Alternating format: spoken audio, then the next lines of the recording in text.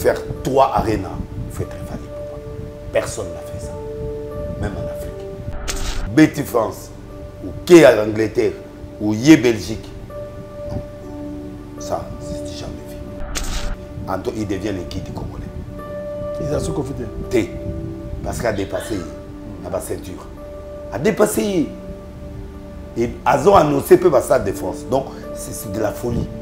Et ça, États-Unis, mais France, a payé 54 sur visa.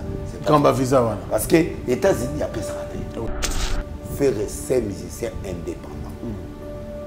Bon, même faire une course dans mon tour, faire un bimisi disque et ça la parole.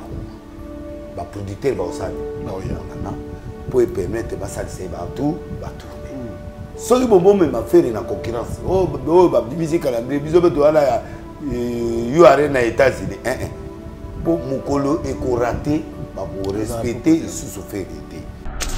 Ce qui ferait à la concerté ne provoque pas. Ne veut pas dire qu'il n'est pas fort. Non. Un musicien doit avoir le disque.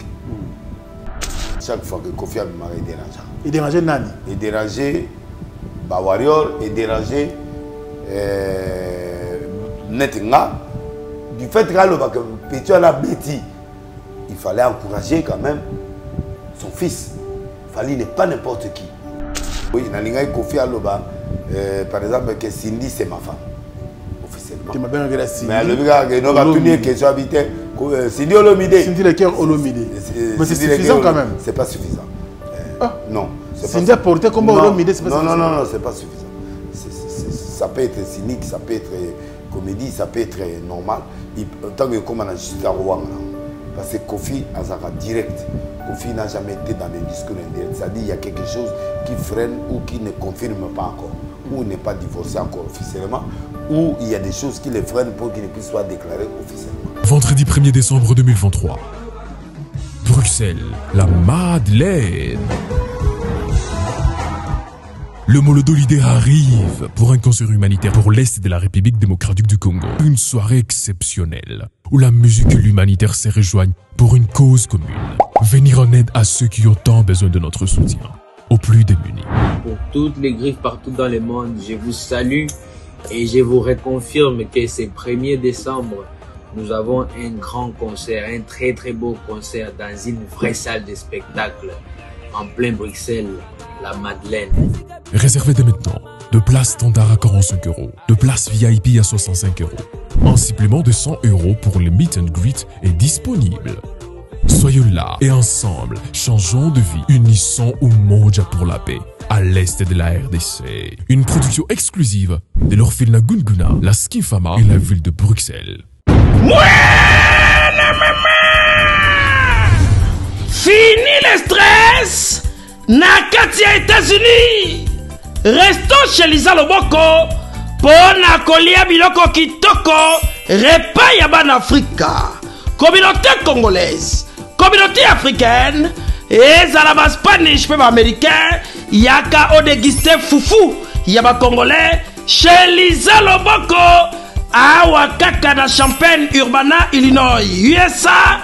Esika wapi okokuta meni lokola ntaba motu ya ntaba batula dongo dongo nkoba ya komweta pilipili mpakasa na mosaka basambwisa yango na ngai tunanga nini ya musique douce okolia okomela kasi kobosana te karaoke détente pe activité ya ndenge na ndenge mamaliza mufinuku ya États-Unis apesi bilengi na kati ya Champagne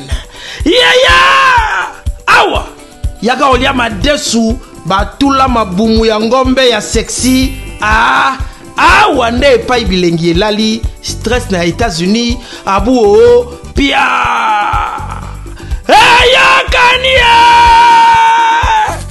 oyoki omoni o comprendre simba kanga pe bombake. Adresse la biso ezali se moko 208 West Griggs Street, Urbana, Illinois 61 801 Lisa Loboko, mufinuku ya États-Unis. Nzambe ya makusa. Tata, maman, bisika nous allons dans Mokili Mobimba. Communauté congolaise de manière générale. Na yeli sous ce pas na bino pour nous faire bino cadeau offre ou ya monene ezali cité moderne Africa yango ezana sima na ngai awa. Ça veut dire que tous na maluku bande konyo so ba yebiango. Alors ma référence on a zo pesa bino ezali zone économique spéciale de Maluku.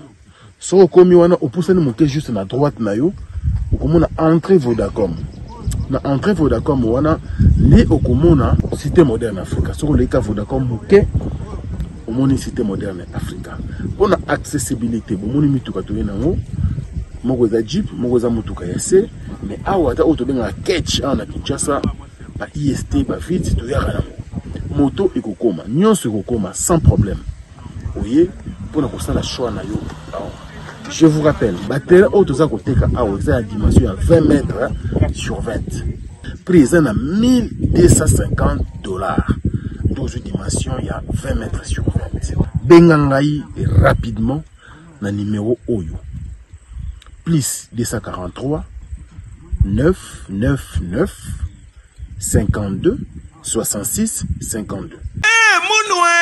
Qui a dit que Bandoule Kozonga te chez Djonga? Chez Djonga 3, Azongeli, base naye, na Paris, Oyo, Yesika Bozalaki Kolia, Komelape Koyoka Ndoule na niveau ya 2 fois te boyebake, Bilenge Zongi na Paris na niveau ya Kosakana te. Chez Djonga 3, Awa, chaque week-end, Bilenge Zongi ya Ndoule, à partir ya le 17 février 2023, ouverture officielle, ya Bandoule, Bokozwa, chaque vendredi, Suzuki Luzubu, 4x4 grands chanteurs de mon pays, à partir de 20h jusqu'à l'aube. Pe samedi, Bokozwa CNN Alligator, Nabaninga tout, Awa, Bokosepe la jolie kitoko. À partir de 20h jusqu'à l'aube. Pe dimanche, Sombele Soukabisanga, Bokozwa Nokolias, Emile alias de Mingongo, la voix qui cloche, et Longona Wenge, Poussana Tovanda, en matinée live, Oyo Ekobanda, à partir de 18h, Tina minuit. Kasi, Tunangai Nini, Kaka, ceux qui aimaient la CDC, Mbalamoko Night Club, To boîte et Fungwami, à partir de minuit. Ti ba 5h avec DJ Bobo. Oyo akose Sabino na Bandoule pe na ambiance ya kitoko. Malolo. Oui frère, Babi Djonga. Futur. Hein? Nous te reçons la 50 boîtes. La Katakin, c'est Djonga. Chez Djonga Twanga Nantaba, Ezwami na adresse Oyo, Noisy le Sec, Nassime McDonald, numéro 25, chemin de Grou, 93 130, Ozamo Bimba. Chez Djonga Twanga Nantaba, Yangonde Zali mo boko ya ambiance, na kati ya Paris, pe na France mo Bimba. Bana King, Bana Dar es Salaam, Bana Poto, Bana Mokili Mobimba, Cité FM Moko, Afrique Info, avec Franck Stemai, Yandankala, Twende. X-Bass, Marandura, Franck Stemai. Il est un peu convalescent, mais il a accepté de nous recevoir chez lui. Lui, c'est qui? C'est le prophète des nations, le prophète de l'Ilessi. Bonjour et bienvenue, mesdames et messieurs, vous qui suivez bien sûr Africa Info. Nous vous remercions de votre confiance et votre fidélité. Grand merci également à tous les amis de Franck Stemai et surtout nos partenaires éparpillés donc à travers le monde. Il est avec moi ici. Le prophète de l'Ilessi, bonjour. Oni, santé, ça va? Non, ça va. C'était yo qui m'a à Paris. Na qui m'a à Paris. Tenga na Paris yo kimi au États-Unis. Na tikelo mabele. Tikelo Djonga. Djonga. Tikelo Djonga là na Jesu la botikala. Na mutuna zala ki ngabia. Akimi. Ayamba bien. Na mona ki ba vidéo na mona makambutu. Te Djonga frère mutu. Te amuta bien. Na to busikle mo muki. Na amutu mala. Na uzongi santé ndingane sondeni. Bola la lo bango namte. Sera na lo bango na oboma mutu. Oboma mutu ça dit na ko détruire musala ya mutu. Il y a eu une erreur médicale et salemaki. Il y a écouté la vie, mais ça va. C'est une erreur médicale, mais il y a écouté la vie, mais ça va. Donc, il y a bien, ma casse tout ça. Bon, erreur, moi, c'est mis vendredi. et meminga là on a zéro na émission to vandi biso ne follow ya pas na place boy ta on azo si ça bout pas erreur médicale moi salemi pouf et meminga na ngem na coma oh oui na coma presque dans le coma na ba signe mortel nyo se salema déjà oh là là donc na failli déjà nzambe ka zong c'est na bon je vais pas en parler avec le temps tout le bon mais bah désintoxiquer tout et puis les autres traités yango nabité nako tikabo était comme jour voilà faire tout ça émission on a tout ça la carte pour permettre idée na biso kufate non mais merci de commission Nzambe ndenge to retrouver déjà en forme ça va il aussi mbaté aux abisso bato balinga ko mingi à travers le monde merci beaucoup alors aux États-Unis marambo tiki bande ko na ndeni non ça va États-Unis bien yomo ya pe ko remplacer en Europe c'est bien en PMI na saiba o na go sala je crois que na esco pour affronter disque na affronter ba députation na affronter ba église on a 3 fronts où nazo travail esco pour na zone qui sa église ndenge izalaka na ba travaux église ndenge na zalaka na travailler pendant na zone qui sa arche na niveau mususu et puis na abordé députation na abordé disque album donc comme on a tout le benango mais na monu na noir André vous a qui inspiré donc il faut ça on encore na habité parce que tout père dans moto mone na mboka l'honorable né monde entier mi atiki biso lelo tout so na yoboye un mot na votre père est un savant c'est leader là c'est un savant ouais un savant c'est un homme mais c'est l'intelligence qui a fait ça. Ça, c'est l'intelligence. Et puis, de deux, là où tu vas on est moi, je vis la chimie. La chimie trop, donc, moi, je le connais personnellement. C'est un savant. Et on a perdu une bibliothèque. Il a la connaissance des choses. Et puis, ce sont des gens qui sont dans la bibliothèque Congo. Né Congo. Au moins, Bas Congo, ils allaient source, il y a beaucoup de choses. Au moins, Bas Congo, ils ont embouchure et fleuve. Bas explorateur, Mindele, église et Kota par Bako. Première église et Kota la Congo, protestant. Protestant da kota liboso baye ko zwa bakimbango nde omoni baye ko s'installer na Gombe wana. Donc église da liboso kota la Congo za catholique te les protestants. Ba Greven bato wana nyoso bayebi ndeni bakotsa ki église. Alors donc inspiration mingi ya révélation e ko tikala wana. Et créer ki ba ne Congo bato ba uti na kota na ba Angola tout Rwanda ti na bassin wana bakimbango babimi ba papa onda babimi ba konde ya liloba bato nyonso babimi kuna na ye monase un grand leader qu'on a perdu.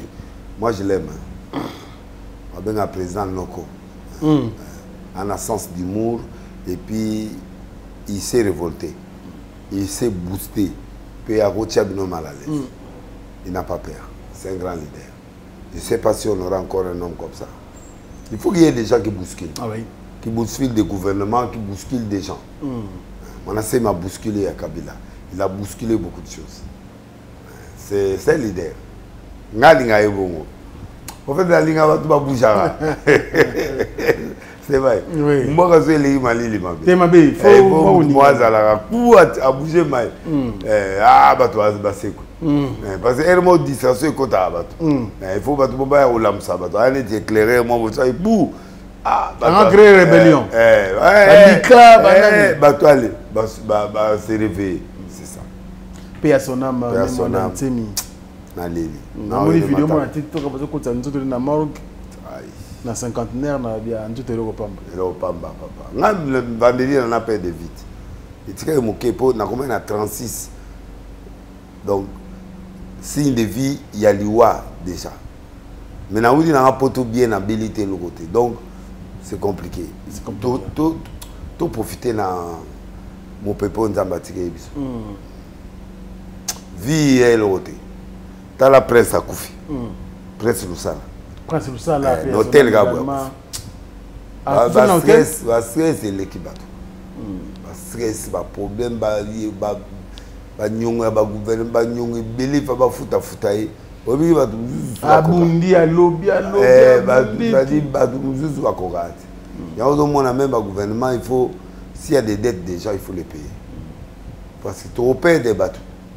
Nous sommes encore à 16 ans. Soit à craquer. Donc à craquer. Donc il faut vraiment. Il y a trop de morts. Trop de morts. Alors, c'est de l'ainsi va la vie. Nzambe Mouraï Bindengeni. Famille à mon ancien, na église, na batunaye. Badepte. En tout cas, ma condoléances, nous allons les pleurer comme il faut. Ouais. Badepte, nous sommes à Congo central, na biga héros. Bazanase, bazafanda, mboge telemi. Bakongweza kufa parce que leader moko akei. Oui, c'est un des grands leaders à Bakongo. Il fallait pas payer ça comme à ta gouverneur. Vraiment. À ta 30 minutes. Il y a bien comment à ta 30 minutes. Azo qui chance wana. Azo chance. Qu'ils aient azu. Qu'ils aient azu temps. Premier ministre qui a bien. Abale moi c'est moqué donc ça allait bien. Abale Salomon va dire que moi vierge na tolo.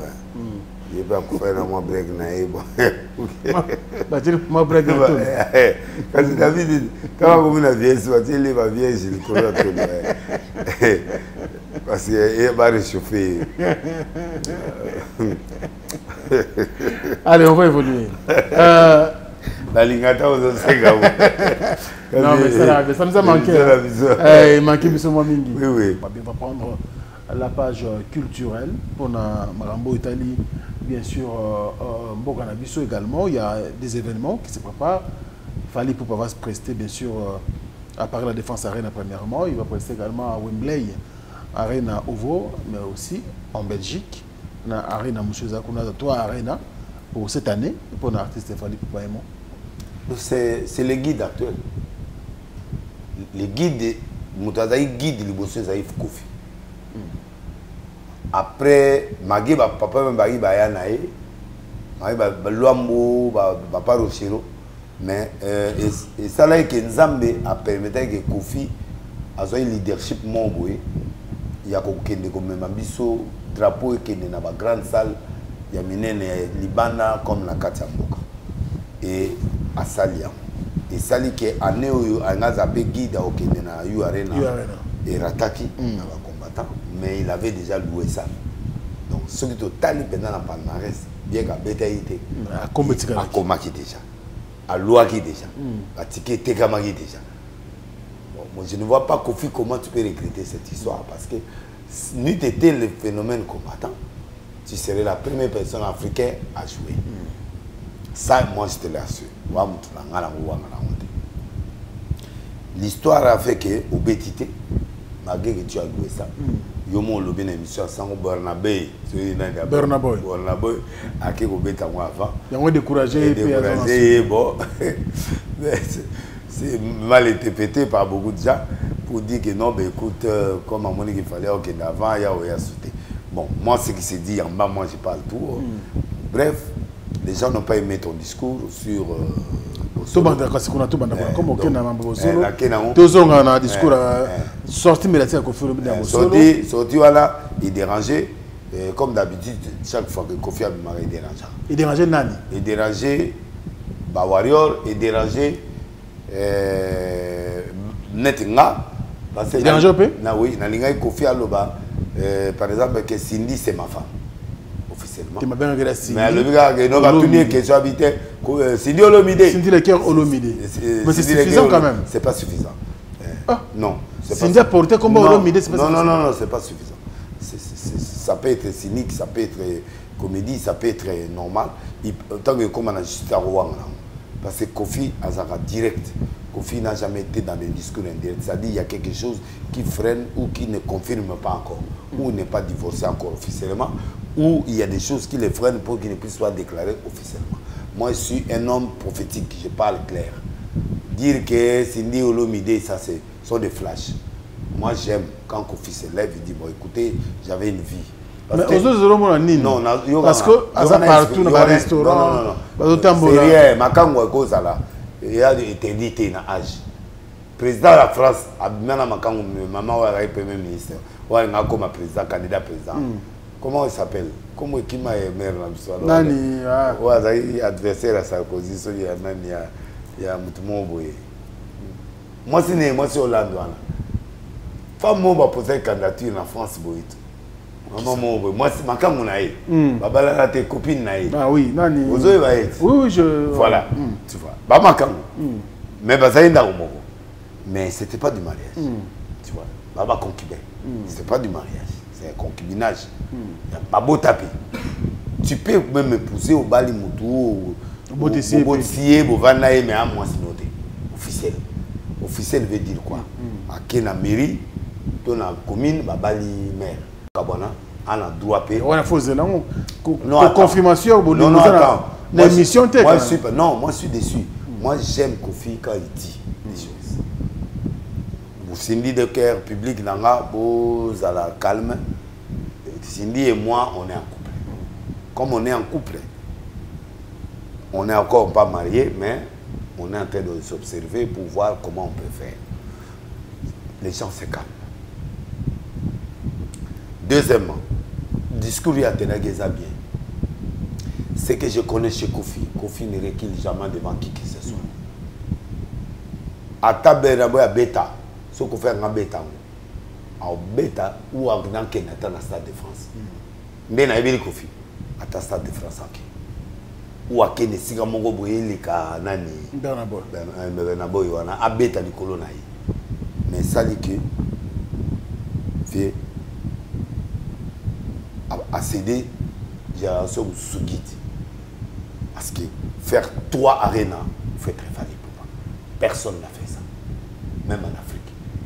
Donc, il y a Betty, quand la même mois, quand la même période, où Betty France, ou Kay à l'Angleterre, ou Yé Belgique.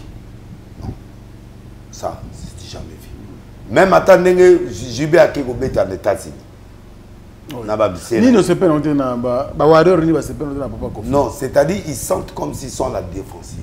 Il est en train de montrer que Moutouma c'est Beta qui avant. Mais les Congolais, nous on ne dépend pas des Nigériens. Nous on est une nation musicale. Nigeria les leurs moyens banals. Mais Nigeria tant biso to Sahara ba lo amoti lelo. Nigeria a été. A s'inspirer par la biso. Ba Ivoirien va s'inspirer par la biso. Pour tout monde montre ko la nani o akufa ki o na une personne.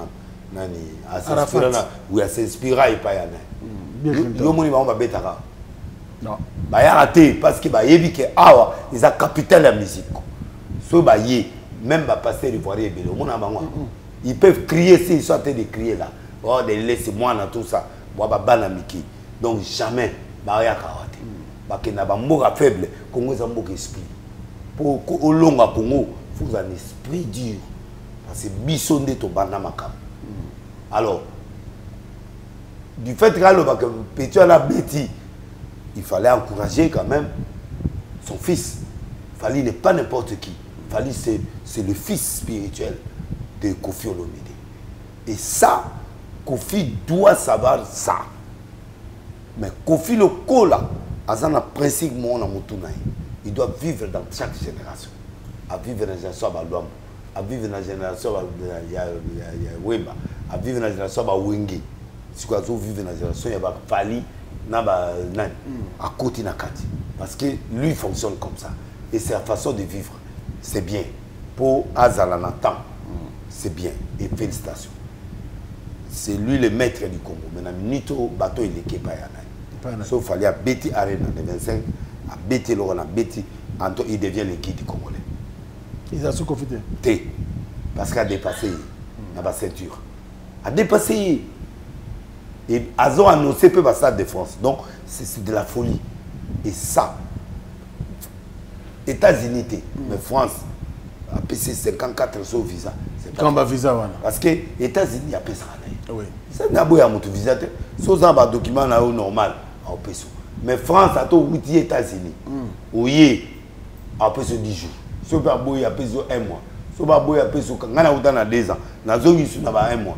Après ba donc na yo yebi. Ne ba ça. Ça dépend. Les mères na bango ba mo ba compliqué. Malgré États-Unis sont spéciaux de visa. Aussi mon soutien. Au syndicat dossier, ba spéciaux ba renouveler au cas.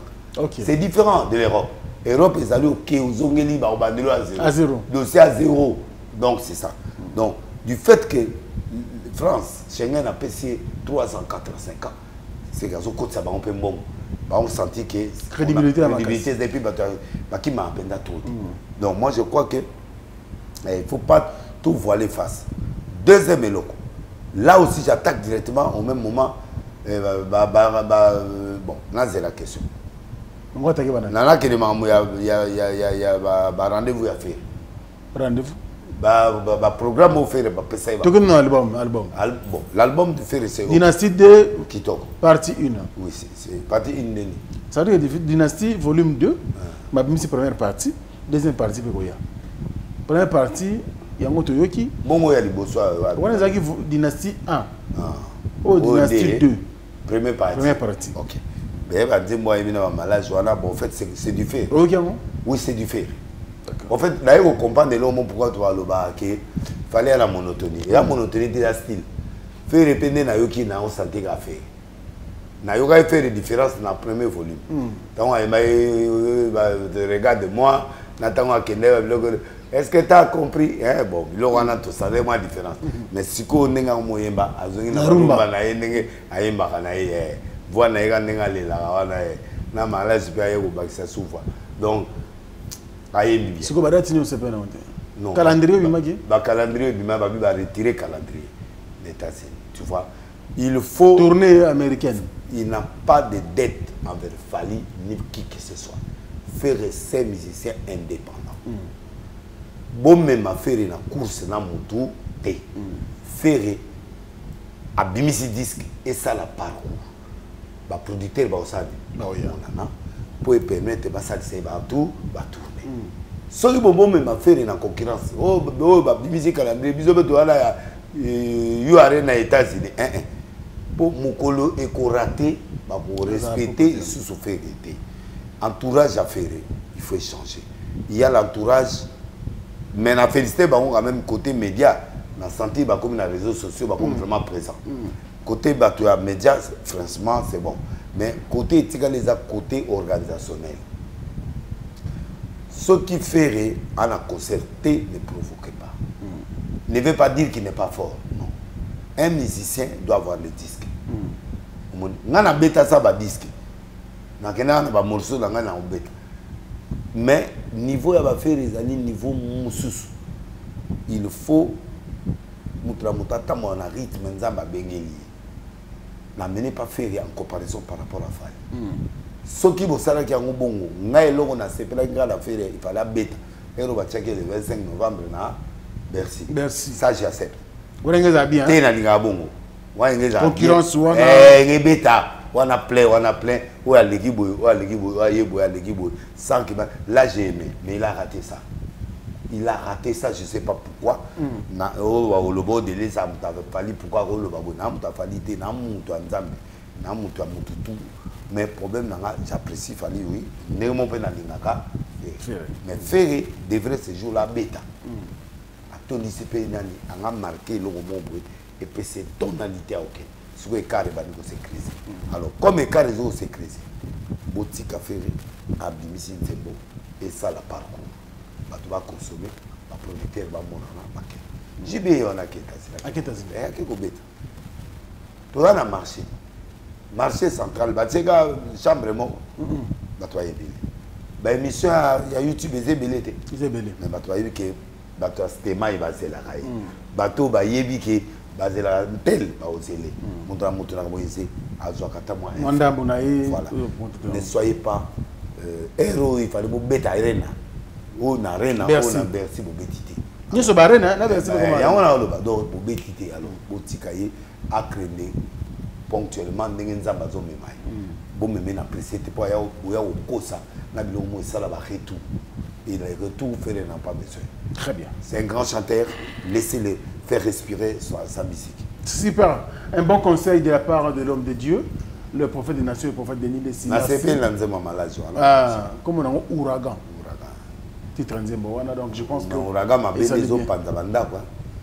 C'est objectif non et Panza comme ça tout yoka. Oh Jésus. Allez, on va parler bien sûr de l'album Afro Pétage, mais je pense à Diezola, London City. Merci pour tout. Mutumoro bien. Merci. Ma valise est commis. Diezola. On a foutu l'autre. Il y a Mutumoro vrai bien. Maman Dalida. Ouais. Maman Dalida. Dalida Zola. Donc merci beaucoup. Allez, merci également. Merci à Mboutalombi. Mboutalombi. Nana lingi sauté. Parfait, Zoyate. Parfait, vete naïti Paris à Kipengate. Mboutalombi. Vous qui message à Moutranzambe, donc qui paye aussi la bien. Jimmy, tu m'en apportes de la chapelle. Merci beaucoup pour le soutien. On est donc ensemble. Et puis, nous avons un pas Galaxy Mambo. Bambi Saminene. Galaxy Mambo. Restaurant Gito. Mambo Massia. Na mère, puis sa mère va beauté. Na leli ba fort. Dans la Mbisi Mounen. Non. Mbisi Mounen au lieu non. Mbisi on a hôtel la lait en 3 jours de facilité. La Mbisi Bachai ba bilo rebele pomme de terre, makemba. Ala na pétage makasi. Na Mounen. La ouais qui Mounen Europe en tout cas na ebiki. Désolé. Puis Junior Tunga, Junior côté. Junior Tunga. Non. Atindenge le côté Junior Tunga. Junior Tunga. Pas là. Junior Tunga. Vous êtes aux États-Unis. Junior Tunga. Junior Tunga. Ah, et qui à Las Vegas. Las Vegas. Ouais, va tunanga. Na fona kende. Te kende. Ba otelo. Na Artin Zemene. Artin Zemene. Grand prêtre. Maman Alice. Mbali Alice. Et Kirim Manangana Pia Bambo de la Souga. Mais bah, Lélo. Il faut quoi. Mais on a ma grande force à Las Vegas. Las Vegas. Il y a grand monde. Las Vegas, il y a grand monde. Grand monde. Na sentir mboka nenge tambola. Papa na vive mboka na mena ngana kufa. Ya mboka mona na me ma frère Patrice. Afaka doter wana. Frère Patrice fater. Ate yakuna. Ayemba ter na. Te mekuna ça la bien. Motura nzamba ke mekuna. OK mobimba te ozonganda. Mais bah lelo. Te na okende, na zofuna kende l'année prochaine. Na mona bande ko États-Unis d'Amérique. Merci, le patron de Noisy les Secs. Merci beaucoup à Jules Dikando. Et puis, l'imbattable. Merci également au prophète Blaise Manzambi. Blaise Manzambi, oui. C'est un homme bien. Oh, Blaise Manzambi. Chaque fois, on a 50 000 €. Tu es bien. Prophète Blaise Manzambi. Non, Malise Manzambi. Donc, Bambo, tu as vu, nous commis. Et Spère au soleil. Monsieur le Président. Espère au soleil, na sur le roté. Espère au tinda. Na mama tinda ngana kumisara ba tuboite papa. Espère au soleil za mutuna yo. Am dranga mama mo atina mo veste ya bien etili. Abozaninga. Ye fara ya mais azoki ma contractant. Mère nemta ya. Yo comme avocat, yo zo zwa. Tenga zute. Ozui. Amona ot. Ndimiranga na zute. Na ndimiro nani? Ndimiranga. Ba Louis Vuitton na sema kolona. Dazobola yo. Spero soleil. Bano ba komi ba caméra RTNC. Somo. Zara kala na iboyete. Bala kala bala. Bizo ya hier ba benda me. Oh bino mo komi ba telema kaka. Bana bo telema kilo ba RTNC. Fix ni na oboy. Tana zo bwaka boy fo benda. Fo benda ka. Biloko ba twa mona. Biloko mise sepela. Malade à miso. Allez, Alain Dinamo, merci à toi. Merci également à Bandegoutou Badingarabiso. Merci, la première dame de Lausanne, Papa Nabiso Gobelisha. Merci pour le soutien. Alors, ni les autres cas, dans l'église. Tu as vendu moi Kimiawa, de Dokamba, à Komiko Jérébiso.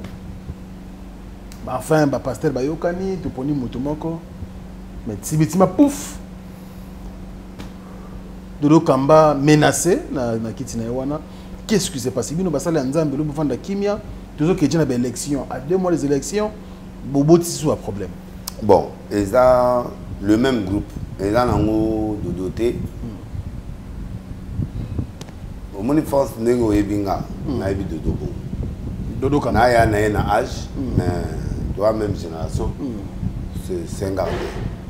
Dodo Azaba Jean Batoa Bino, ça dit Batumon Boye Babundara. Au moins, Moutouza Rosa Zana $100. Mais il faut gérer à monter. À briller. Au moins, aux organiser un restaurant, organiser un studio, organiser. Organiser un milliardaire. Mais il y a question d'organisation. Jean Yabato, il est né organisateur. Bisson Story, j'ai en ce moment, avant de Samoa Makam. Avant de Samoa Makam. Dodo Kamba. Oui, matériellement. Avant qu'on a réveillé. Car l'église, il y a deux grandes églises. Mon salon. Tant qu'on a obima, tous les la période de la TKM Mali. Tu te dans le salon au Kuna? Ngana bimi makasi. Dodo pesa ko landa na période. Tous les gens ne belé au Tobunana na période. Alors, et ça là, ngai koto na limité hier à na salon. Na lemba. Na lemba salon. Alors, tant qu'on a bimi na salon wana. Azoma ba konsebeli neti ba tumsu ba zo ye pananga papa moyen to ya subu ete ba transport to moni bo style moko famille nete ba mbemba batikala iko ya famille ba ko tsanga mbongo belé mais nandimaki par fair play parce qu'il faisait bien son travail il n'était pas conflictuel afinga ate asana était mais il dit la vérité alors même temps ba kanga na prison ils a parmi bato ba bunela ngai alors Dodo Batouba mon a été Dodo le coso pas comme il est là. Dodo a eu l'argent. Avant, Bisson comment il Dodo est organisé. Il s'est bien organisé dans l'église. Sauf que bureau, classe, bureau, tout le monde a vraiment organisé. Alors, Batou Belé Bana Moussala nous avait organisé. Je vais au Koufa, cotisation. Mais Jean le roi Dodo soit Koufi, il sera enterré. Parce qu'ils sont des gens qui se préparent. Alors, l'église de réveil a commencé. Na ba Mutombo, ba Papa Mbiye, ba Pasteur Charles. Laisse. Na ba Kakenza. Ba se réunir, ba tali ke Kakenza aza doux. Aza paisible. Ba pesier. Wana limirique. Ça y met ba banda réunion na Abdullah Mutombo. Après tinde bimi ba yeko sala na ba Papa Mbiye, ba Apôtre Mutombo, ba nini ba Charles laisse personnel. Baye, nous avons aussi la grâce que Kabila comme président.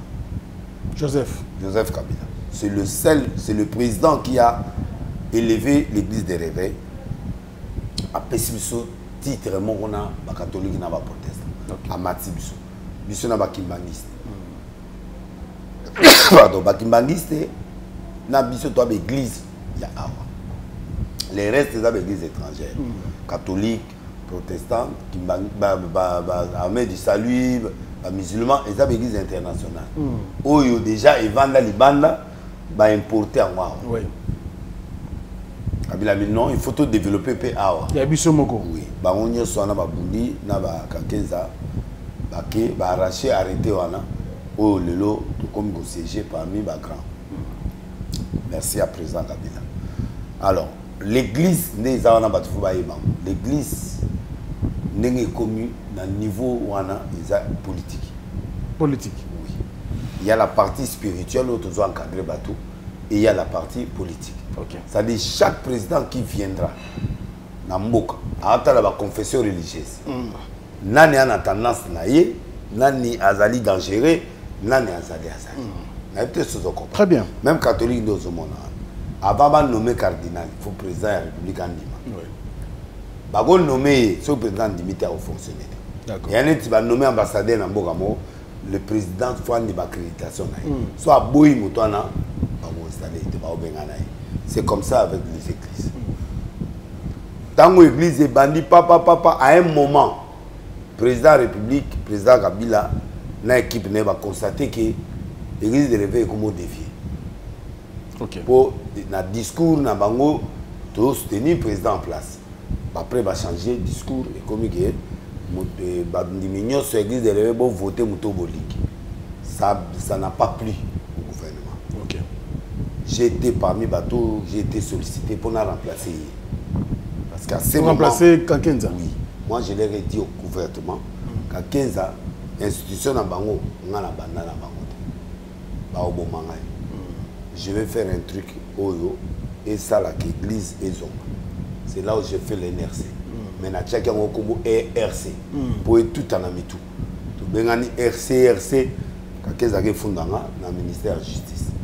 To komi wana Luzolomban a tienga tie ba kapeki nzambi non.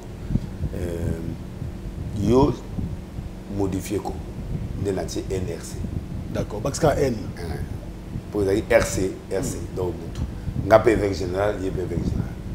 Na bendi batunyo so bazaki important na ina bango na rébellion te mena ina bona FCP ne na yebu. Olinga na sala boiloko pona yo. Changer votre façon de voir les choses. Ba cause bazo sepela na yo te. Tozo sepesa nzambe mais bato yo ba yedaki bino. Si vous avez des choses à les reprocher, reprochez. Ouais. Ba bloquer qui moi ma système est belé pour voyager comment moi va problème. Et puis à Kenya na Gabon, à Kenya ba benga une invitation kuna na bato opposition à Gabon, ya iba été. Opposition ba fundi ya wa donc comment il pourra bima comment est difficile. C'est lui qui a béni mon mariage. Je l'aime beaucoup. C'est Kakeza. C'est un grand prédicateur que je respecte et je l'aime quand il prêche sur la foi. Alors, à sali 2 mandats, Naya Lemirk a doublé. Batutu Bakimi. Bizami Nake, Mukunake, a sali Oyaye, Oya sali, Tripoje Pake, Batutu Topanzani. Nani Oya Kenai na rébellion ya M23, Nani Luruniga, Yepiake, Topanzani.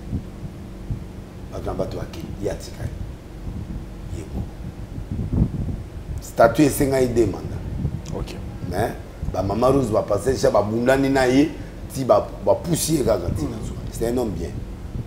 Mais bilogane bandi bana ye ba doit réclamer quand bon. Et logo na ibsa yo que l'église congolaise est en train de mourir à cause du soif du pouvoir et de l'argent. Et sali ketanga umeli ba longolier ye moga ba longolé te ye moga possible de faire na Sony. Sony Kafuta. Na kena c'est vieux. Est-ce que yebi mambozo sala? Oui. Sony à côté. Or, position na ye ezalaki que comme Azar archevêque abanda eloko ya bundeli yango. Ba PC comme archevêque unique. So comme na âge à 90 ans à peine. Donc sous ba poni et archevêque. Comme ça ba honorer comme père de veille. Ba erreur ya salaki ba sali yango na assemblée générale mais ba notifier yango te na kati ya statut. OK. Kaya munoko na mwande ba sololi. Asali confiance na évêque général Sony. Dans Sony à côté asa supposé na statut EPC légalisation. Autorisation d'engager l'église des réveils. OK. Il peut plus faire référence à Kakeza. Ça a rendu Kakeza mécontent. Comment on ça dit que lui, en tant qu'archevêque, avant yo opposé acte faut y avoir sagesse. Ce n'est pas non. Statut EPC autorisation. Malgré que Barcelone a mais beaucoup de changer l'esprit. Beaucoup de mais à mon andimi à kota, mais na suka tali que des ans la statut et bloqué et moyen fonctionner. Exactement. À Boyan, conflit côté. C'est à ce moment-là que va intervenir Dodo Kama. Mais avant Dodo Abima, le président était mécontent de la République et le gouvernement était à ce moment-là parce que ce n'était pas ces mots-là avaient choqué le gouvernement. Il avait choqué, ça je le dis aujourd'hui. Ça a beaucoup choqué. Et puis, il faut que la tête n'est aux abos, la grande tête Yamboka. Si tu n'es pas favorable au gouvernement présent là, tu ne seras pas à l'aise. Même à toi, on gérera pas. Mais du point de vue politique, il faut soutenir pouvoir. D'accord. Ça, en réalité, bandimi faut bailler bayam. Na ba membre ya bevek na ba bato tout autour na biso. Pour bato belé ba bomba marambo. yo mwende balongola muto amedi sali balongola bengana ya kenda balongola muto azali na kimbango elesi waza o représenter mfumu nzambe balongola ye pona nini parce que akoma na batendance. OK. Donc c'est-à-dire que tous les chefs spirituels il faut pas sentir que vous marchez avec le pouvoir. Okay. S'il y a quand même des choses à reprocher, vous leur parlez. Alors, qu'est-ce qui est reproché à Dodo Kamba? Tango Sukoyo, quand quelqu'un a un mécontentement, et puis, bah sentir que bah l'identité à Sony, mais comment muto ko le babouende? Donc, balamoko, bah comment est bazanan? Katange, kodem zuzu mungala. Oh mon, même si ça ne se dit pas, dans la Bible, Jésus avait 12 apôtres. 10 Bazaki Galilée. C'est la sécurité. C'est normal. Les gens peuvent dire, parler du tribalisme et de tout ça. Mais dans la réalité d'un pouvoir, il y a toujours une sécurisation. Bon, il faut ça. Ce qui a fait que l'église à Jérusalem, où il y a Jacques. Jacques, maman, mon Jésus. Moi, je suis marié. Je suis mon conseiller d'église à Jérusalem. C'est-à-dire que même dans la vie pratique, quand tu as un frère ou des gens, et l'autre, c'est le favoritisme. Mais ceux qui ont la méritocratie, à mériter, il a l'intelligence de faire ça, on peut l'accorder. Très bien. C'est là où ça crée trop de problèmes. Ce n'est à l'eau. Dodo Kamba. Dodo Kamba a été Dodo Kamba a vendu sa ministère. Bavé soni babengaka hier mo baye obamola bango mon frère na kotia loboko balobi ba promettre makambo yo to kotikelo ngo makambo yo to oui parole prophétique zo muta seme biloko na e comme ça maré. OK, d'accord. Nde ba obenda ye batali na siège présidentiel mutu oyo azana profil oyo a ko déranger té à maquiller l'été, à cause déranger pouvoir actuel comme à cause de la balance assistant à président. Oyo, nani, oyo président. Ou à bala député, assemblée pas là. Au moins, était que Babeni Liba n'est pas à Bododo. Président Kenda Liba là. Nani, allez, comme vous voyez. Paul Chilumbo. Oui, moi Sinaï. Ouais, comme vous voyez. Vous comprenez? Mais assemblée là, pas Dodo. Lina Mouvao. Lina. Mais Lina Doza va toyebani déjà Batouakala. OK. Il était à Koko. Tu sais qui? Mais Lina, c'est quelqu'un basé dans un restaurant, biso tout OK. Bazo lamba, bazo ya na ba bilok ba fiefté na ba cérémonie nyos. Toyebani. Mais beaucoup disaka beaucoup. Et sali ki banda kala Dodo azagi déjà na fréquentation présidentielle. Il était déjà dans Laurent Dalo, moi ba période là bazaki bango nyoso. Biso ba doza na bango ti, mais bango bazalaki. Tant le président Pimi, Dodo est toujours là, il soutient. Donc profil ezali que bato ba bangati que soto tie mutu mobo na réveil à cause de danger pour l'église de Congo. Donc il était dans le profil. Il connaît Dieu, c'est un garçon calme, il est installé. Bon, tribu, ce n'est pas tellement important, mais bien qu'il est du Kasaï, mais il faut savoir que Kasaï est difficile. Non, c'est difficile. Dodo, c'est un homme vraiment pas trop tribaliste, mais au moins, tant que vous avez un ça rassure. Ne pas voter. Pas Sazara est candidat à se retirer,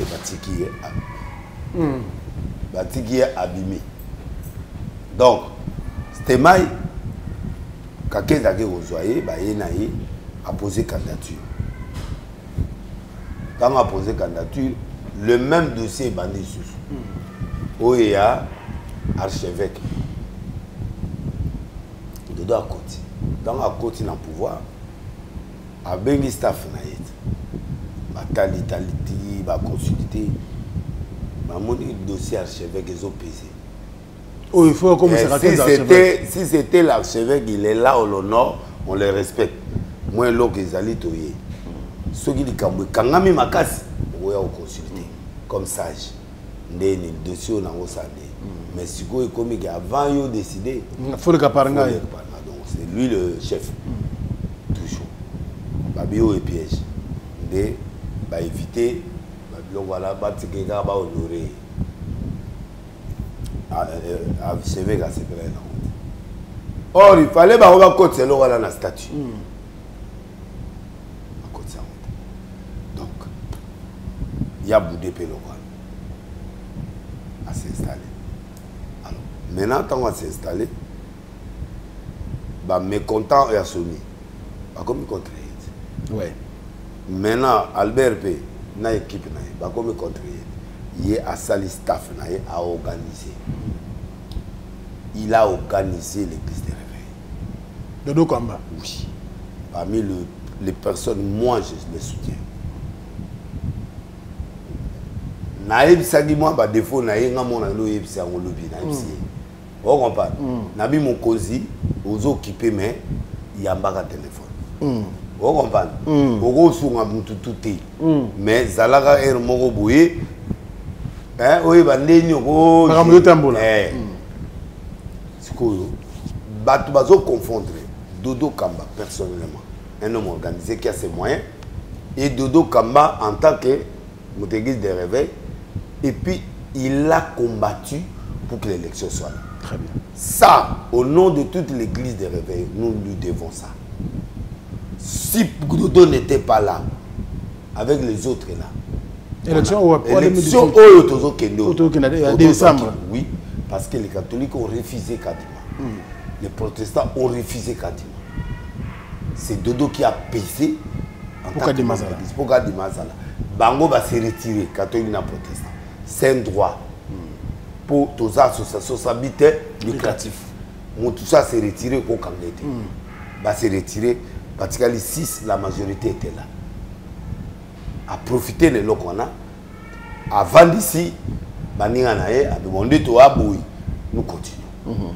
Alors, bah, il faut voter Nani Kadima Azoki. C'est nous actuel. Qu'est-ce qui se passe maintenant? Qu'est-ce qui se passe? Les autres mécontents. Au Bazomo que Dodo est devenu très riche. Bamoni que Dodo Skoyo a partagé. Il va partager quoi? Et puis Dodo, parce que Nazolo est important. Il est devenu le chef spirituel de toutes les églises de confession religieuse. Ce que l'église des réveils n'a jamais fait. C'est grâce à Dodo que l'église des réveils gère toutes les églises de confession. Donc, et l'église catholique, et l'église protestante, oui. Et l'église musulmane, toutes les églises, et l'église kimbangiste. Oui. Mon continent Bango a un réveil. Bisso réveil réformé, mon continent Bisso Yewana. C'est lui qui gère l'église du Congo.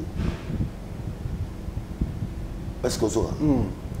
Parce que peut-être les jalousies, c'est une responsabilité que nous devons être fiers de ça. Maintenant, on doit être unis pour faire quoi? Pour réclamer au gouvernement congolais que nous, on vous a amené à l'élection et à stabiliser le pays. Donnez-nous le moyen d'acheter d'abord une base, bureau officiel. L'église des Verts n'a pas de bureau officiel. Kabila appelle ça Bamunda Maman, si on a Kauka, si on a Teka ou autre éviter. Bapé sa siège, il y a bien, et ça la gomme, place l'institution et ça. Très bien. 2, dans la province. C'est ce que l'église des réveils doit réclamer. Et puis 3, la confession religieuse, pas que de réclamer dans le Parlement. Pour le Parlement, après sa budget, dans l'église, la confession religieuse. Et puis ça, la subvention. Si vous avez le combat, tu vas ça. L'ongolete, l'ongolete. Yo quand on a eu ça, parce que ce qu'on peut ce sujet et que de côté on m'a bé et que ça a mal interprété. Je préfère une émission na yo. Tu vas comprendre une fois pour toutes. Super. Donc, tu vas au de deux à escroquer. Mais le gouvernement est là, le président de la République est ici. Ce qui est président de la République ou gouvernement, peut ça un bon on a église des réveils. Baloba, budget ni ba pesaka nakati.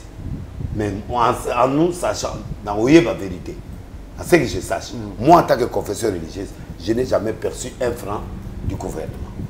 À part ceux qui n'aiment pas qu'on a bêta moutou. On a frappé porte. Pas ministre. Et puis dénier ses relations personnelles avec tel. Ils ont confessé. Alors, c'est ce que ces gens-là soupçonnent à Dodo. Que Dodo n'est pas comme un car, qu'il a des grands partenaires, qu'il a des conseillers. Soit à Zudim Gaya Lina, Lina soit bien PCD. Combien? Mobile Naï. Na ba cause bilo va sabla. Yana ba mbisi. Na ba restaurant belé.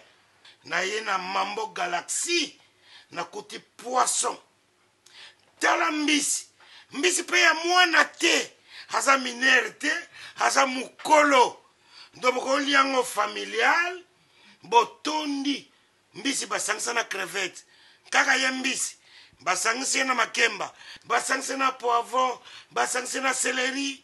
Basangisi na pomme de terre. Basangisi na munganza. Donc mbisi azu vitamine.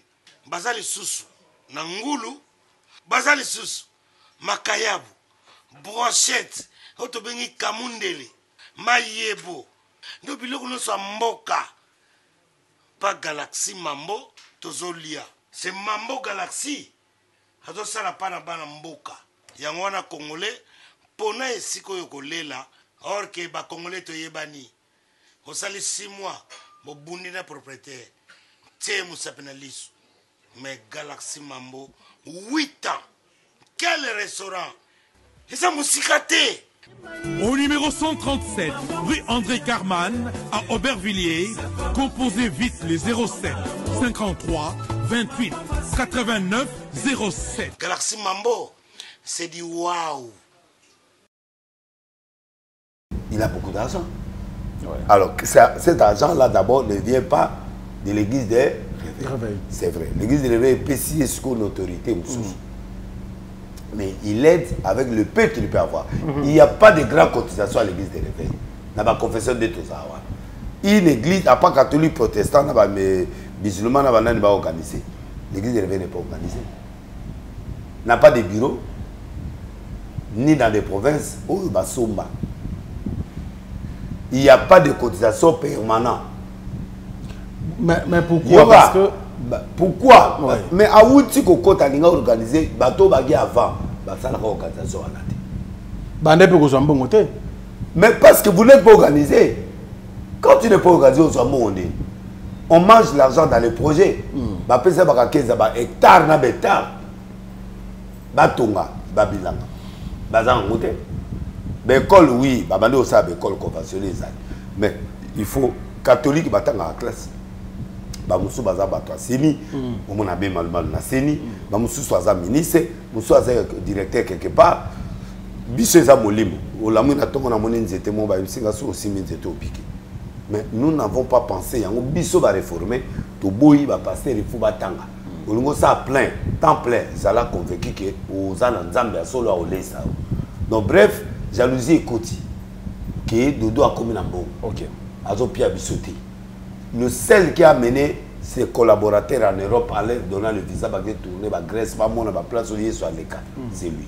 Dodo Kamba. Oui, à même à Baoutou. Et puis moi, si je pars chez Dodo chercher quelque chose, s'il en a, il me donne. Toujours un bon camp. Surtout ça, les manifestations, moi, mon aîné va payer en collation. Tu peux si va passer pour bailler la bateau. Il peut être moi, Ngoubagawa. Vous comprenez? Donc, il n'y a pas d'argent au gouvernement. Je parle ça me le compte d'ailleurs kangai na loba président réplique ça na yo kanga à moins que basala ngo ya robata kimbongo moko boy oyo chaque fin du mois et y a dans l'église de réveil ou y a dans NRC ou y a dans Condé non besoin gouvernement y a sur ba cop izali to besoin mo izali baba salelo mo munene ne ba ko tcha ba luki biso so besoin net be élection boy net o tcha miso. Bah, mon peu que l'élection il y a Dodo qui gérer. Parce que c'est Dodo qui gère la CENI. Oui. C'est normal, non, président CENI, bien qu'on a beaucoup d'égards pour lui. Parce que c'est lui qui gère toutes les confessions. Bango, on a droit, P. Seni a subvention, moi, bilora Mike. Pas l'église des réveils, mais les confessions religieuses, plateforme. Alors, net en bon, on va payer séjour à cadeau, on va payer jeep. Les avantages, j'ai réveil, les avantages. Les privé. Privé. Jour où on va cabeli dodo voiture. Les privé. Privé. Bien. Alors, on a bien un gouvernement, on va bénir. Il y a privé. Donc, maintenant, le problème, le Congolais, pasteur congolais, ne sait pas séparer le bien privé, les relations privées et l'argent. Oyo bazo pesa. Babi, mes gestions. Yani. Balié bisa, mbongo nini y a détourné. Est-ce que vous avez l'Assemblée générale pour ça? Non, c'est lui qui convoque l'Assemblée générale, c'est le représentant légal. Oui. Ce qu'il faut est grave.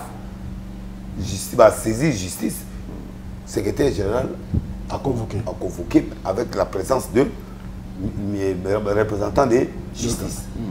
Maintenant, un groupe de gens, nous avons une photo. Tout le monde est pasteur Mukuna, tout le monde est pasteur Kakenza. Dans le statut, il y a bateau to bengaka, membre effectif, on va voter. Pas ça. Maintenant, on se retrouve dans la salle, banda elo wana kala si ba benganga pe. Elo wana ezali mona maman lanki.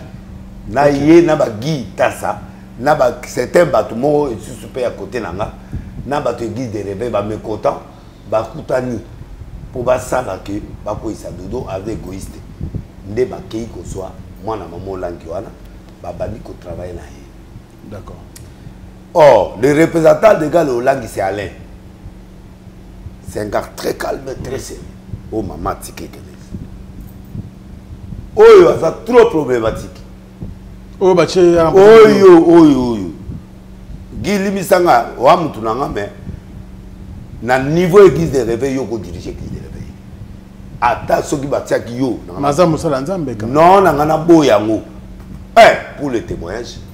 Deux, pour certaines choses, je dois parler ici. Oh, bah, toi, éviter, moi, je suis de la famille.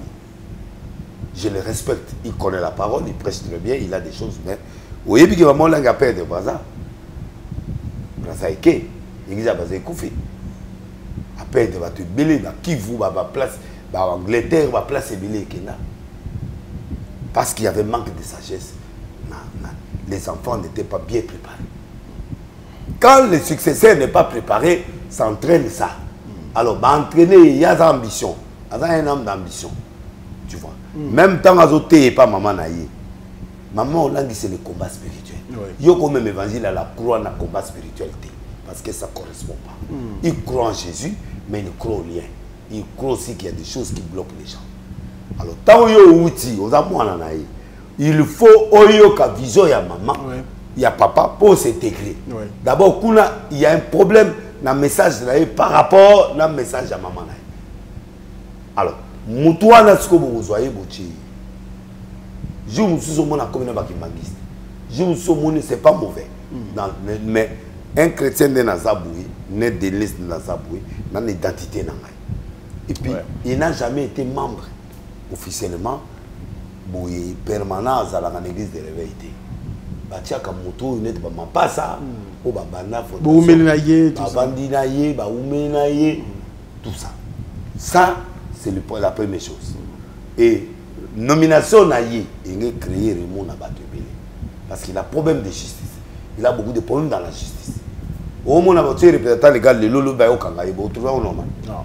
Parce que déjà, Bao Luka Lukaye, Nengezan Nabatebele déjà, ah, le roi comme il m'a réveillé, Bizos Toto de Luka Bambo, on a biso, Token n'a pas de problème. Je ne vais pas étaler beaucoup de choses ici. Mais, en bref, c'est ça qui est en train d'énerver. Donc, Bango va salir réunion na Bango va kiko sala ba bengi Kakenza ba bengi Mukuna ba bengi Kaleta oya tchaka batuna.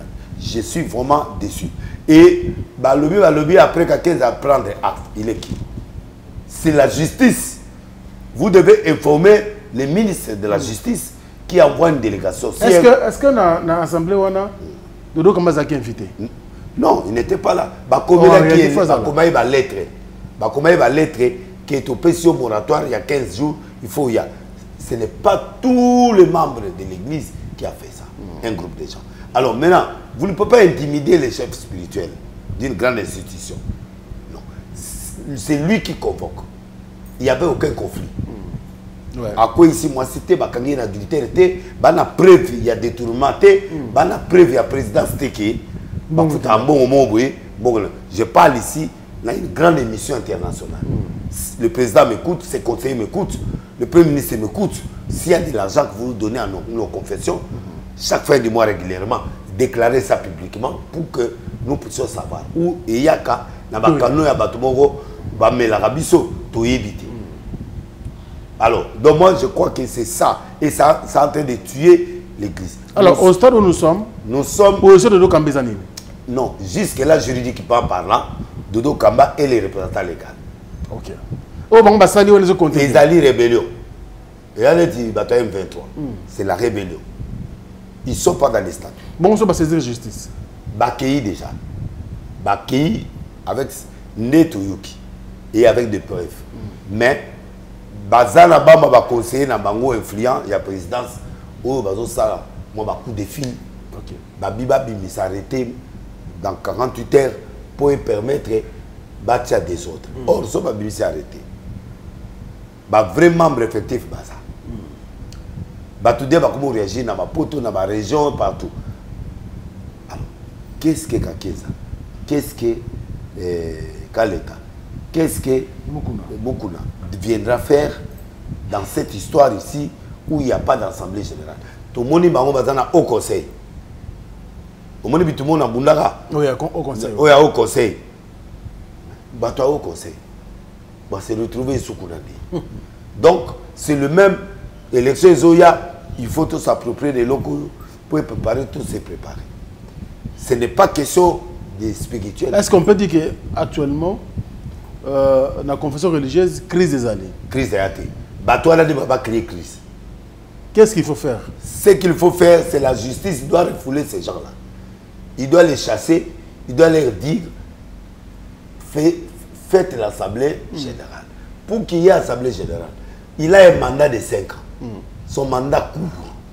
Comme il n'y a pas de preuves flagrantes, le mandat est en train de courir. Nous avons demandé de courir. Son mandat est après l'élection. Vous voyez, si vous votez, vous votez. Ceux qui vont voter, vous votez. Mais nous avons une idée après l'élection, tous les tendances, nous avons tous les locaux, pour tout comme une grande force. Mais beaucoup de gens ont dit il était il y a un dirigeant. Oh non. Papa, Moussalo, tout ça là, on a passé. Tout ça, Moussalo, on a passé, papa. Tout là, na Moussalo, Bandako, na Moussalo. Donc, Moussala, Oyo, Baolangi, on a Bakoufi, Batiki Moussalo, Batiki Bibembe, Baki. Allez, on va évoluer. Bref, dossier au ministère de la Justice. Bateau, bateau, trafic. Président, l'état de droit. L'état de droit veut dire qu'il n'y a pas d'influence. Coup de fil monté, dérangé, biloté. Pour ce que vous mettez que les lobes sont arrêtés. Trouble les robes, beaucoup. Non, ça trouble. Ah, papa trouble l'église et l'équipe trouble l'habitude. Mais ça, on a vu nous l'église. L'église de réveil est la majorité du Congo. Fais gaffe. L'église de réveil aux hommes, on a un sangana. Au moins, on a un magiste combien? Au moins, un catholique combien? Catholique, il y a 144 ou 40 paroisses dans la ville d'Issas. Combien d'églises de réveil? Na banzela yo monde ozotanga. Imaginez to sangana. Yango moni bato azo lingate l'église de réveil ezala ensemble. Yango dodo azui ba vuvana. Azui ba konde, azui biso, bato anyoso ba kende, ba koti ba remplacer ba catholique en attendant. Pour permettre parce que bitumeza et pas na bango. Bitumeza ka l'église de réveil na ba musulmans des places des autres des arabiques. Pour na ba tendance. Mais au monde ba dégué ça la musulman ko sakana na conflit avec l'église. Allez, on va revenir sur ça. Dodo est le chef spirituel des églises de réveil. Deuxièmement, il est le président des confessions religieuses. Personne ne peut le destituer à part l'Assemblée générale. Très bien. Et l'Assemblée générale, c'est lui qui le convoque en présence du ministère de la Justice. Pas devant qu'à 15 ans. Ne peut pas prendre acte parce que lui n'est pas la justice. Donc moi je crois que c'est nul et sans effet. Et l'Oromo ça évite la rébellion. Et ça va mécontent. Oh, bah, on a raison sur certaines choses, mais sur le plan bon, on va aussi.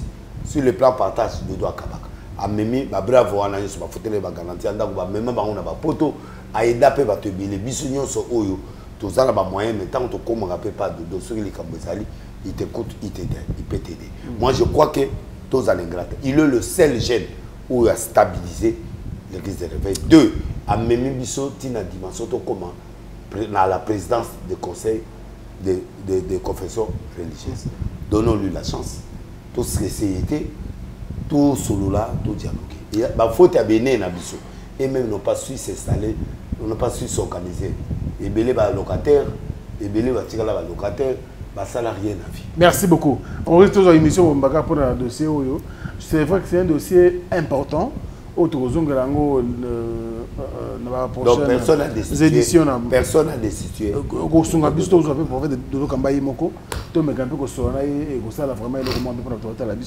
Rapidement, parce que sur la Marambo est Limboka, où l'on dit sorti médiatique qui a corné Nanga.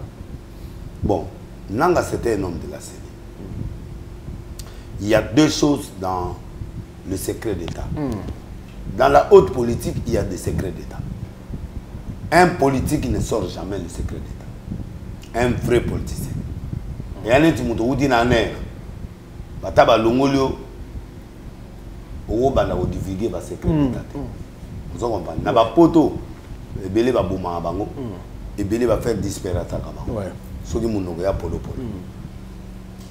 Motoloko la nanga zala ina seni. Bazo bebi sa réputation à Kabila. Le président Félix Sena Batounaï, tout ce qui se passe là, même s'il y a un mécontentement, c'est que Moutoumouan a ça. Batami.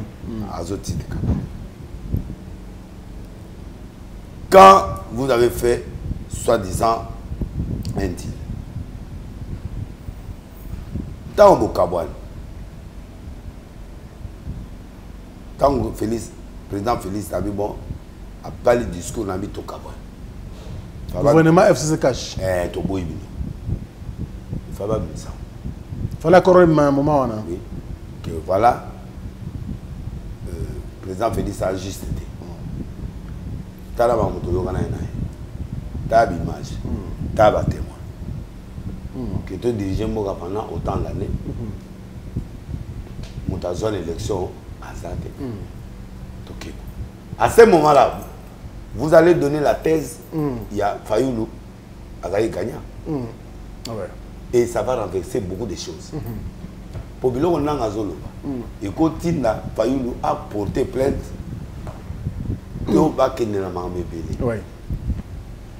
si bien qu'ils ont la vraie ou faux, ce qui est important, la Cour constitutionnelle a prononcé que les gagnants, c'est Félix. Yemoko Nanga, ni image à l'appui. À l'objet, nous avons gagné Zanani. Président Félix. Yo Nango Zota Langai, on a de Konangai. Ngai biso batu zoayo. Tukena no butu ti tozaki pa mukalu tosambela pona yo nga mukuna kakeza tripoje toza ebele na maison civile na butu biso ba secret tokolo bango te nanga zaki mutu église adai mutu église ya nani yo ada osamba sona la bonne sona Laurent Dalo. OK ozokanga Alès Azaki nani kuna pasteur to éviter to ego bimisae moto église mon salon église de réveil donc bino pasteur Bokosa ah ozokate ya moto ala ba secret yo kaze zaka ye kakenza ba salisi makambo on dirait ya moto en église mon salon wana ne ba bimisae moto réveil avec candidat à réveil pourtant ya zaki moto ya église nani la borne oui qui jamais na silika na eloko ngo Tito Pandana qui zamina yelanga à 6h du matin dans le gisa nanga tikana soki ya solo bomona iki mamone salaki bo adopter silence de Kabila Sani. Nous sommes déjà proches des élections. Je respecte l'opinion, il y a des économies, il y a PPRD, FCC qui va se représenter. Ça va. Baza libre. Baza libre. Alors, mais que Nanga, ce n'est pas le moment de perturber l'ordre établi. Pour qui m'y est en si vous avez fait des accords et que vous avez tous le mal se paye, le bien se paye ici-bas. Si Félix a trouvé que Bino a tort, tout a raison, et qu'il y a à boire que ça Bino, c'est lui qui va juger c'est Dieu. Bon, moi je crois que des gens, des politiques n'agissent pas comme ça. J'aime bien qu'ils nous disent la vérité. Mais pourquoi la vérité vient à ce moment? D'accord. Est-ce que vous montrez que c'est ma propos Nanga? S'il y avait vrai, oui, il y a mécontentement du camp de Kabila. Parce que pour eux, nous avons accepté de travailler avec le président Félix. Pour eux, ils ont trahi. Félix nous a trahi. Pourquoi ils disent ça? Nous, personne n'a aucune preuve. Oui. Moi, je sais que Nanga prononcé, Cour constitutionnelle a confirmé.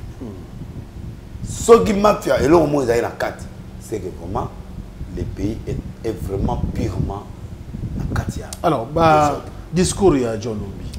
John Numbi est en train de faire passer un message pour montrer que deux volets. Prévenir et pour là, il y a une et l'autre au monde de ça.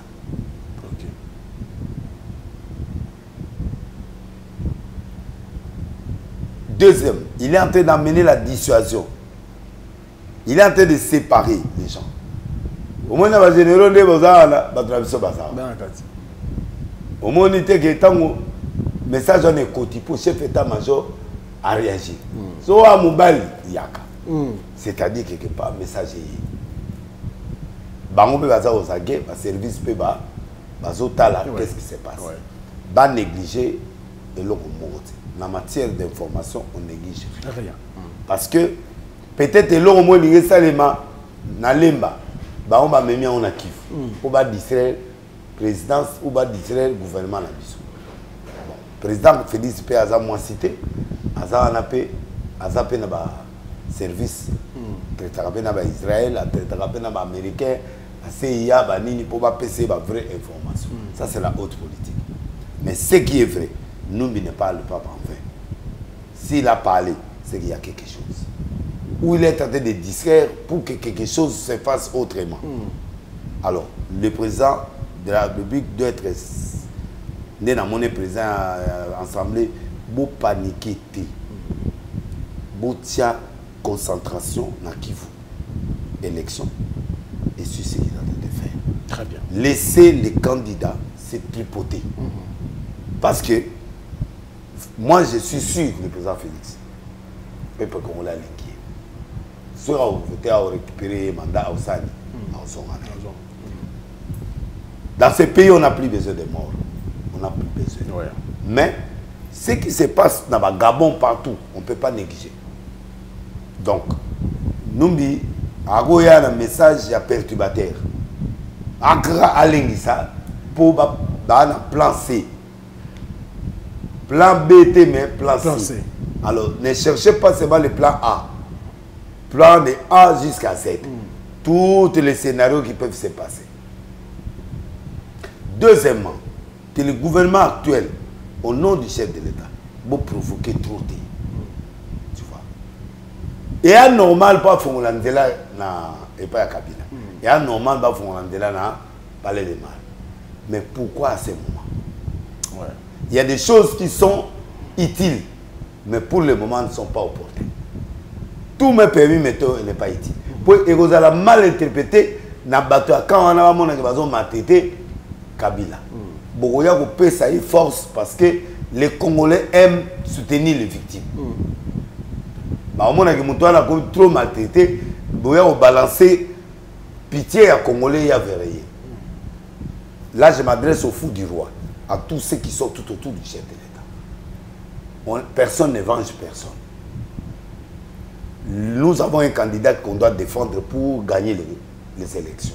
On doit se focaliser sur lui. bazomona côté au procès ya matata na ba élection côté bazomona track ya ba opposant. Il faut pas que image wana emonana que les gens ont peur, personne n'a peur. Félix est aimé dans ce pays. Bref, on les soutient. Moi, je vois que Christian, on a 5 pasteurs. Chef d'état-major. C'est pasteur. Comme on dit jour où le président moi et lui, tout est mingana inakaso. Il y a des commandants, il y a ville, il y a Kinshasa. Il y a GR à cette époque. Où il y a comment il titulaire à Nero-Tobima. Il était l'adjoint. Nana Bango dans stade, dans sa colis moko moko na bango. Ah ouais, c'est bien. Très bien. Donc Christian Ozomonana, état-major, c'est un serviteur de Dieu. À Fukamaka, c'est un serviteur de Dieu. Super. Donc moi je crois que les lois nous ont tombé bango. À comme nous conseillers, à l'homme conseiller comme chef état-major, c'est pas un hasard. C'est Dieu qui les a élevés. Super. Naka Songwana de Zomon. Kasongo c'est mon ami. Ouais, la police. Dans sa cola est au coma général. Abdouta, c'est à coma général. Nous sommes mon ami. Now le bas à embouchement. Sur un côté ni a yebi mamunga na lobela. Donc moi je crois que les hommes qui montent dans beaucoup dans sa cola été. Les hommes orgueil été mais je dis même au yaner na ibsaka. Si a commis numéro 1 yaner, ngan ayamanga plusieurs fois pour le lois à souter mais je suis parti plusieurs fois chez lui. On a parlé. Donc, merci beaucoup. Donc bref, message nyoso yoka. Beau traiter en haut avec assurance, en priant sérieusement. Tout le monde va distraction. Tout la concentration. Parce que la fin de l'année, il y a des surprises spirituellement. Félix passera l'élection. Mais il y a d'autres surprises qui peuvent intervenir. Mais nous avons le contrôle du pays parce que c'est Dieu qui ne veut plus qu'il les s'encontre dans ce pays. Toute arme forgée contre le Congo sera nulle. Et sans effet. Allez, donc, merci. Je crois que on va prendre à ces gens-là qui veulent déstabiliser le Congo, soyez calmes. En tout cas, merci. Merci. Las Vegas, tout à l'heure. Tout ce qui est vraiment dans minute je crois 2 minutes, 3 minutes. Tout le bel album à Fopétage. Et Bimi déjà? À Fopétage, j'ai Bimi. Ils ont un Star Plus, WW Star Plus, tu as 5 chansons. Tu as nous, tu as consommé avant tu as YouTube. Commande, oui. Il y a le 20 qui ont ouvert dans la plateforme News International. Mais si tu as mercredi, les 10, ils ont la plateforme WW Star Plus. Kuna en prévente, pourquoi tu as ça? Vous pouvez permettre Baptiste on les paie pas la reçoit. Mambongo à partir de on a banga au somma na niveau ya Airtel Money, il y a Airtel Money, il y a même ça bani au sombi, Orange Money au sombi comme tu as poté au somma na carte. On donne la possibilité à tout le monde parce que na basta o ya poto ana mutu moya somma na mbongo na biso ezate alors et ils ont bloqué bato akine alors na moni bato ebele ya katanga basombi totie libala nzembo ya libala totie nzembo ya Lenga Kombo, auto émis pour la Gobila, pour la ville, propriété, tout nzembo ya le mal et le péché, aïma banze mandambete, tout banze mandambe, tout onjima, tout les têtes.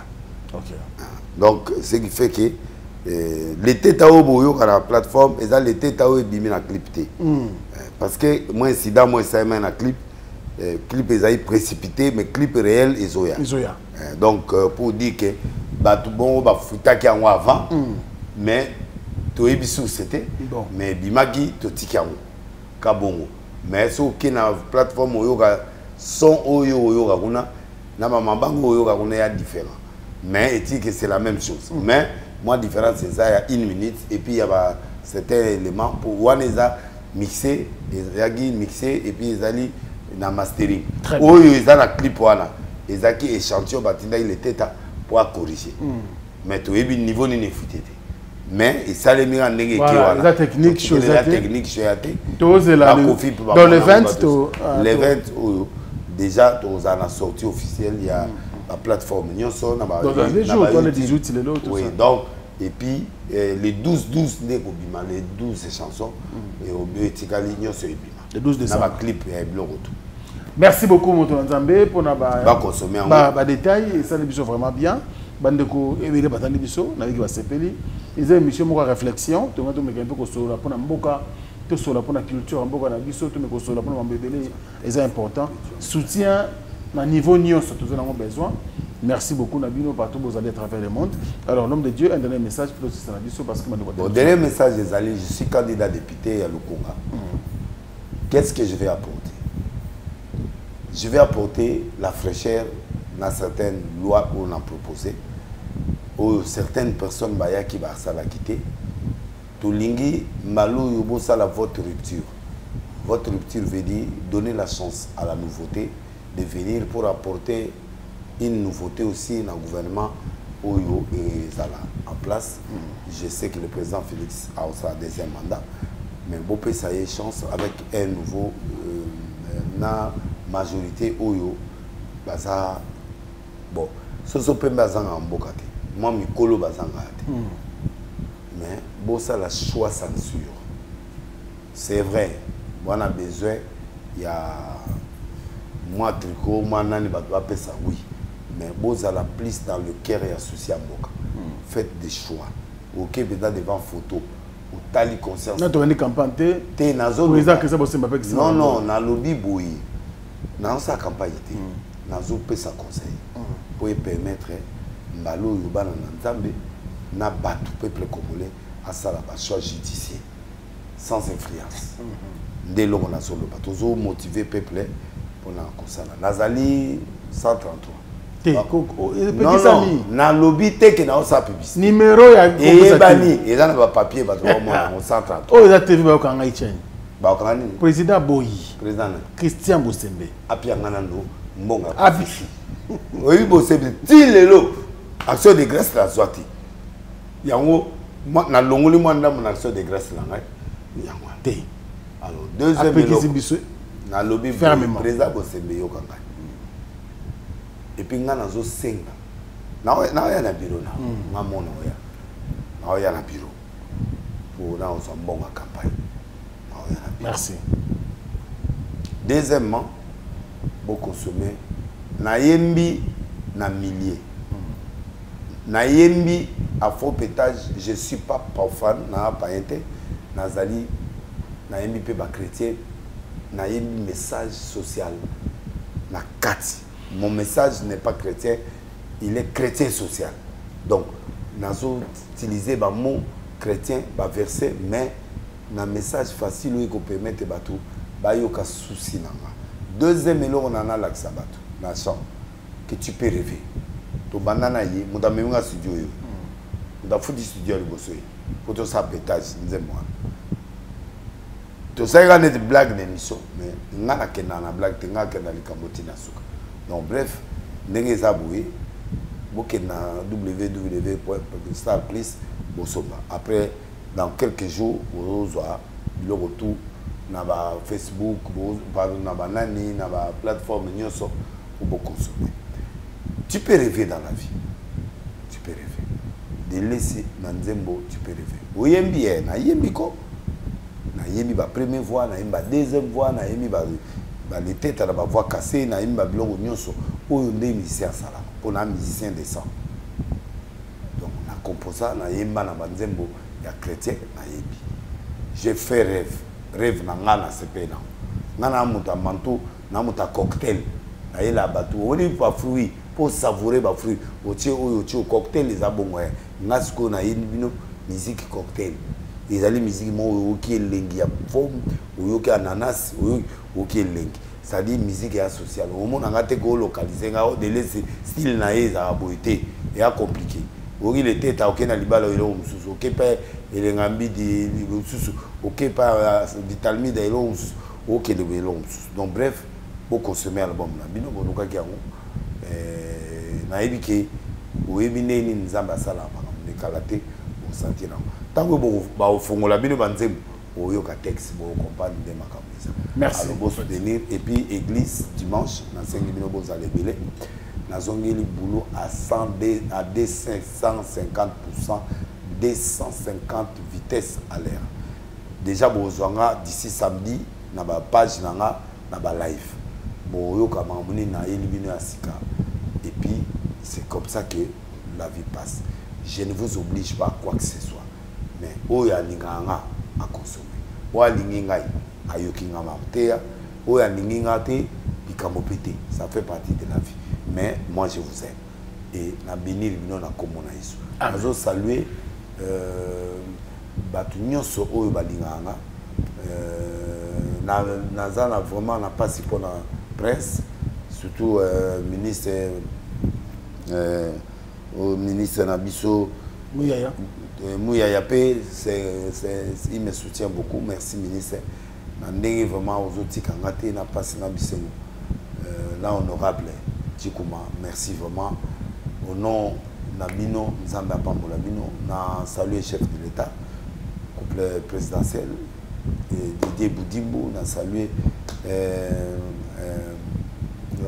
Maître Teddy, na salué kuna epa ba mama balinga kabongo mubalo azalaka na tendresse ba mama balinga ka douceur moi Guilano mokonzi nango na saluer monsieur Guilano le ministre Kolo Masolo na pesi mbote na ministre Vital Kamer et puis Dakoko na pesi mbote na okomelo kalate zamba de lesi apa molabino bana Texas nzambe papa molabino atine de mene na batno nyonso équipe nyonso boya mainga coup de chapeau. Merci na passer à Arche ndenge bo maintenir musala tina yoko.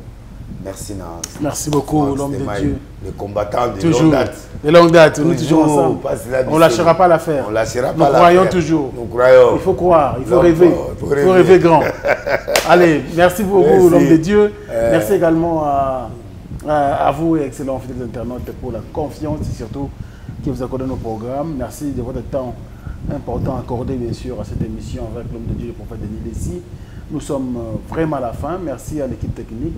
Merveille Mampou et les soldats étaient là. Et puis Gino Massampou. Quant à moi, je vous dis au revoir et à la prochaine. Bye bye. Vendredi 1er décembre 2023.